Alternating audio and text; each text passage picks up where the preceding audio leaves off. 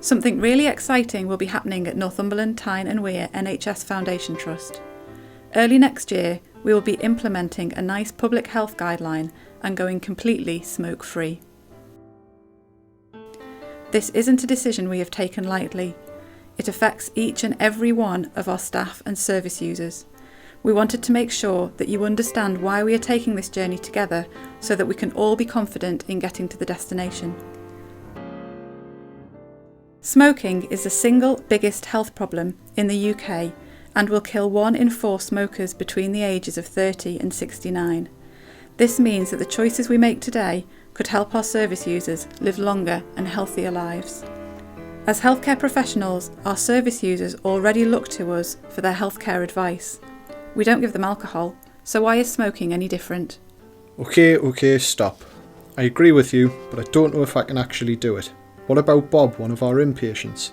He looks forward to his smoking breaks. Isn't it cruel to take away that pleasure? This is how Bob feels every day. He's not been smoking all night, so he wakes up really wanting a cigarette. His nicotine level is low. He's probably not feeling too happy at all right now. So this is during the morning cigarette break. Now his nicotine levels are replenished. He's feeling back to normal. But as the morning goes on, his nicotine levels dip and he's feeling bad again. But this time, no one is there to escort him. So he keeps waiting and waiting, feeling worse and worse, until someone is finally free to take him outside. Isn't that a bit cruel, to let Bob continue the cycle of craving and addiction? Well, I guess so, yes. I never thought of it like that before. What if you could help Bob to manage his addiction so that he never felt like that? It's the withdrawal from nicotine that makes him feel so bad. So what if he had enough nicotine in his body to stop that from happening? Smoking doesn't actually relieve his stress or calm him down. The nicotine only relieves the withdrawal symptoms caused by not smoking. We can use nicotine products to help manage those ups and downs so that Bob doesn't have to worry about when his next cigarette break might be. Okay, but what do I do if he gets aggressive when we can't go out for a smoke break? The same thing you do when anyone gets aggressive. You have the skills and experience to de-escalate those challenging situations. Smoker or non-smoker, it doesn't make a difference. No, I suppose it doesn't. We will be training staff on the wards as smoke-free champions so that you can also provide specialist support to Bob should he or you want that extra helping hand. It's good to know the staff are all in it together and can support each other. So in exactly the same way we no longer smoke in pubs or restaurants, it will also just become accepted, and then Bob won't think twice about it. That's true. I completely forget it used to be so normal to have a smoking and non-smoking section when we went out to eat, and now it's just not.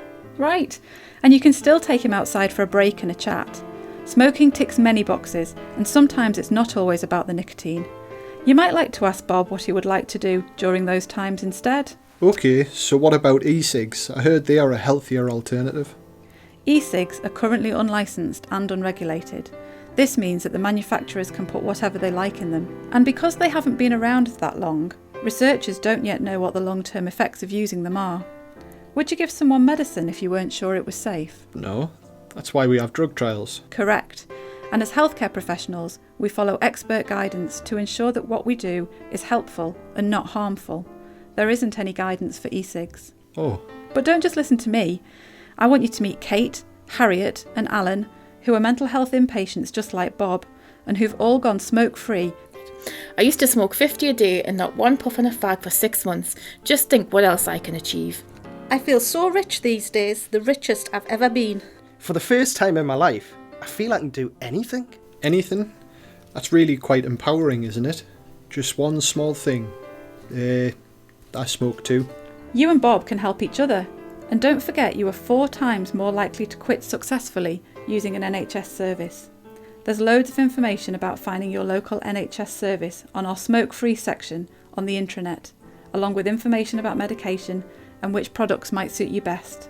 Have a look next time you're on there. Okay, well I feel more confident now. For Bob and for me, I'm ready to give it a try. That's all we ask.